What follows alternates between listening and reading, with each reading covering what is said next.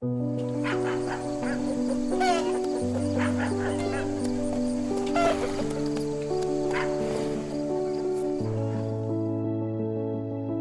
po si Lydia Peregrino, na anak ko si Ador, nakatira dito sa mga taram. Ay, nung wala pa siyang wheelchair, sir, yung parang nagbabaka-baka po, sir.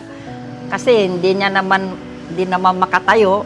Ganun na lang, kawawa siya pag pumupunta doon sa kubita, gumagapang, parang palaka pag kasi hindi naman siya makalakad, makatayo. Ganun po ginagawa niya. Tapos sinusubuan, pinapaliguan, tinututbrasan, at saka kinakaukawan po kasi hindi niya naman kaya eh. Lahat na ho, binibihisan, ganun. Katulad ng isang araw, yung mga bata, tinanggal itong gulong umiiyak siya. Tinanggal nila aywan ko kung saan nila nilagay, pinalitan na naman doon sa sira na wheelchair niya. Nung pinanganak ko po ito, inborn na po ito ngayon. Mula nung maliit po, pinadropper na lang po ang pinagbubuhay niya kasi hindi niya kayang hindi dumidi sa akin. Hindi rin dumidi ng buti. Hindi siya makadidi ng kaya tinitimpla na lang nung dropper po. Buti nga po, ganito lang. Sabi nga nila, bakit daw siya nabuhay dahil dropper daw pinaganoan. Tiyaga lang po. Ito po, magkakasakit pag hindi pumupunta sa bayan. Pumupunta sa bayan, sabi niya, di naman ako nagnanakaw. Sabi niya ganyan.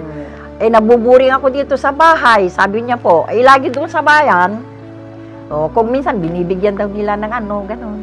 Sabi ko nga sa kanya, baka sabihin nila, hindi ka namin mapakain. Sabi niya naman ito sa amin, hindi naman ako nagnanakaw. Pasira ko doon, pagbigyan ako, salamat. Hindi. Sabi niya ganyan. Kung pwede lang, sir, gusto ko po sanang magkaroon ng yung parang puhunan ba na parang magtitinda-tinda lang siya.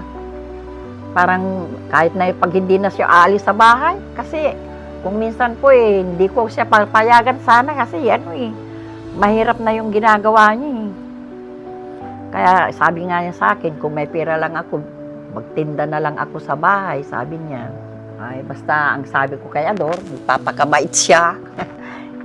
Hindi siya, alagaan niya yung sarili niya. Kasi wala na rin ang asawa.